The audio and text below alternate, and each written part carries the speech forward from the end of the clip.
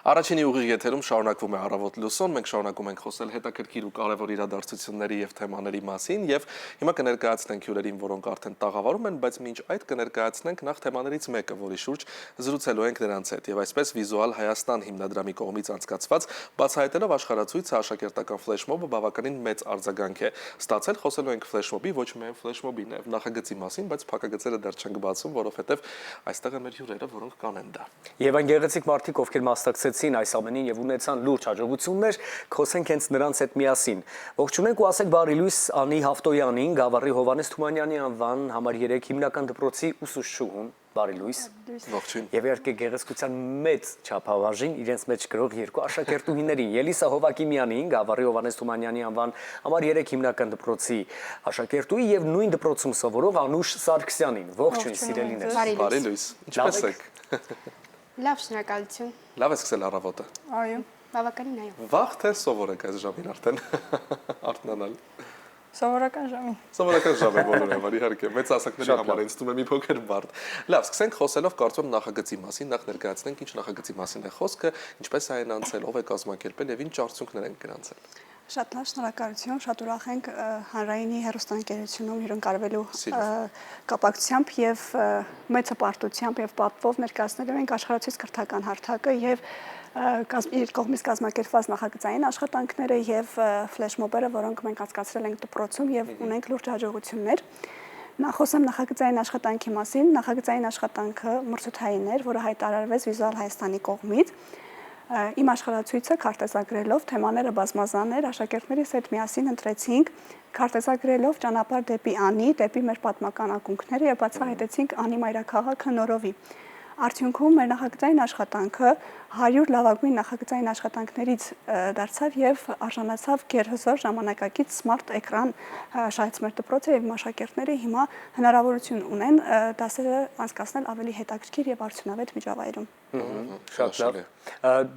Ձեզ մոտ ինչպես առաջացավ այդ միտքը, որ հենց այս ուղղվածությամբ գնաք ու ի վերջո վերջացնեք աշխատանքը, ներկայացնեք եւ հաղթեք։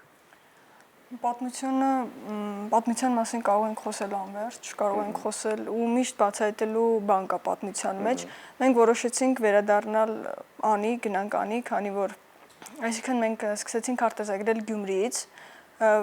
մեր պատկերացումներով վերակառուցեցինք Գյումրիից Անի տանող կամուրջը, որի հիմա ցավոք սրտի քանդված է։ Քարտեզագրեցինք, գնացինք Անի, ուսումնասիրեցինք այնտեղի մշակույթը, կրթությունը, տեղի ժողովրդին, մարդկանց ու նաև շատ կարևոր տեղ խաղացին եկեղեցիները, որովհետև Անին հազար մի եկեղեցիների քաղաք է կոչվում։ Նախագծային աշխատանքին մենք մոտեցանք շատ լրջությամբ ու մեծ սիրով, որովհետև այն կարևորագույն մասն էր կազմում մեր դպրոցի, մենք ժառանգություն թողեցինք մեր հետագա սենյակներին այդ գերեզոր սարքով նախագծի ընթացքում մենք ստեղծեցինք մի հզոր թիմ այդ թիմով շահեցինք սմարթ էկրանը անցանք շատ դժվարությունների խոչընդոտների միջով բայց վերջ-վերջո հասանք մեր նպատակին ու հաղթահարեցինք ստացանք սմարթ էկրանը որը հիմա էլ մեր դպրոցում է ու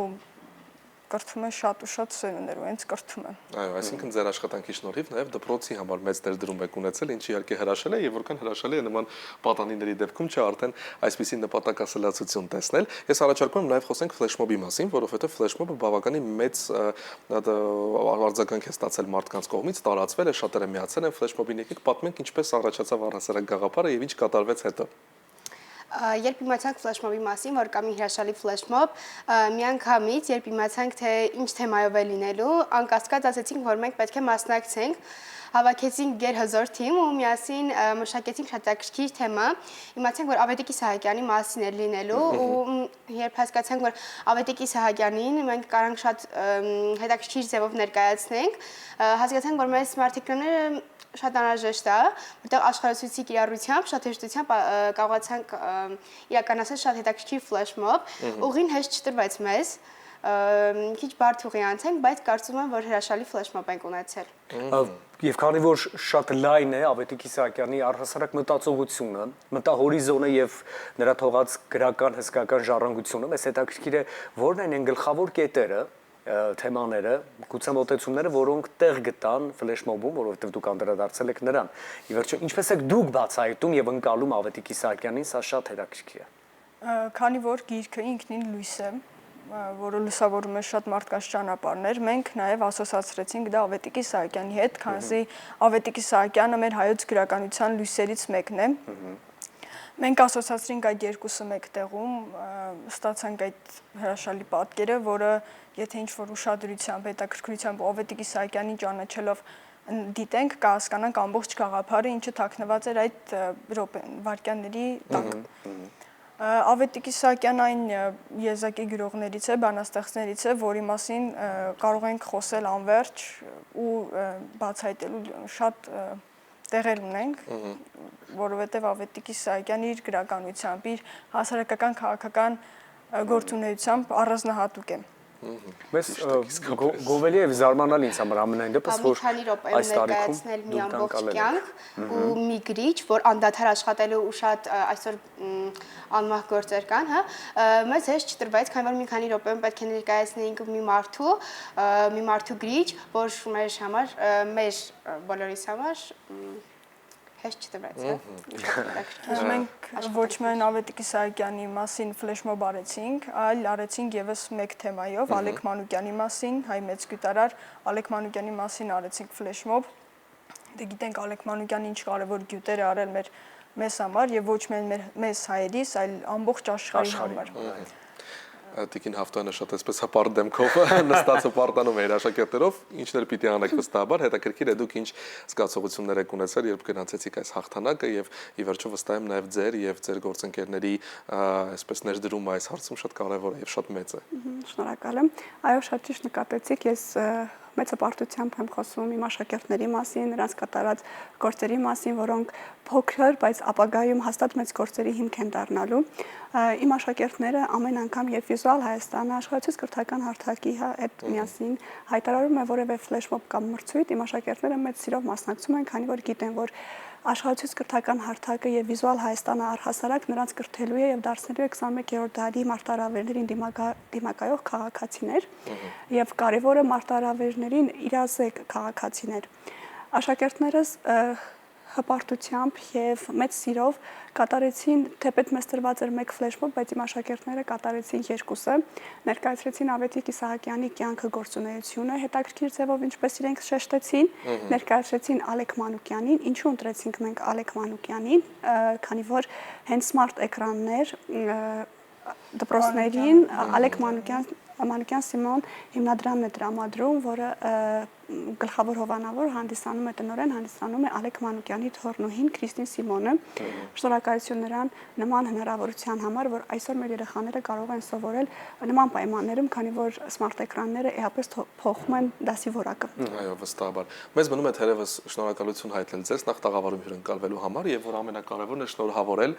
մեծ ձեռքբերման համար։ Մենք վստահ ենք, որ այս ձեռքբերումները շարունակական կլինեն եւ վստահ ենք, որ եւս մեկ անգամ առիթ կունենանք ձեզ ապագայում հյուրընկալել մեր տաղավարում ու արդեն խոսել այդ նոր նվաճումների մասին։ Այնպես են փոխվել ժամանակները եւ մոտեցումները, մի պահ երբ էջերի հետ եմ տանում եւ հիշում եմ մեծ դպրոցական տարիներին նման հիմնական կրթական ծրագրից դուրս հետաքրքիր եւ այսպես ռիթմիկ նախաձեռնություններ կրթության ընթացքում չեք ունեցել աշխարհացույցը, դուք շատ մեծ բան եք բաց թողել, որովհետև իրոք աշխարհացույցը մի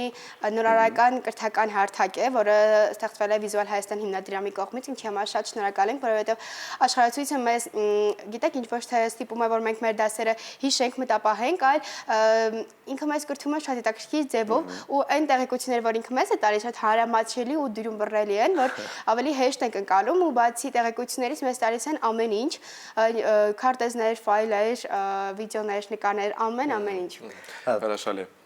Գուցե մենք չենք ունեցել նաև այսքան ներքին վստահություն, բայց հաճելի է սա տեսնելը, սիրելիներ, այս բան կվայելենք երաժշտական ռիթմեր կվերադառնանք եւ կշարունակենք, խնդրեմ։